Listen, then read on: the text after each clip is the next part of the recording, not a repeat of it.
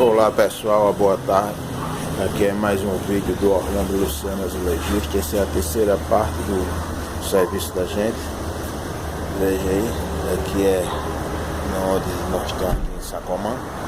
Veja aí o nosso acabamento. Aqui já é toque final, nós estamos entregando o serviço hoje. O rodapé aqui não é com a gente. Veja aí, aqui é a talbeira.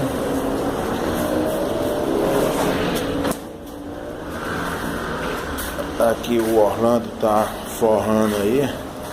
Vocês vejam aí que é para proteger o piso, porque vai ficar bastante gente trabalhando aqui para não dar problema no piso.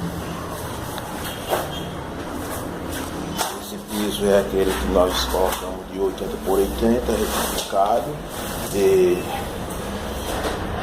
junta de 1.3, vocês verem aí.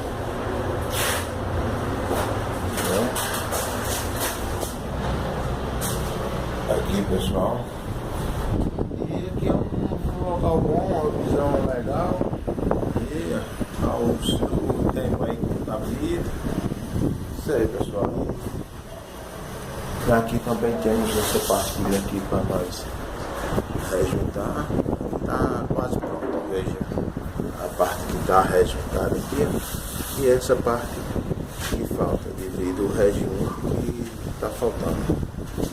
E é isso aí pessoal, qualquer coisa entre em contato aí com a gente, nós agradecemos e fica com Deus e tchau.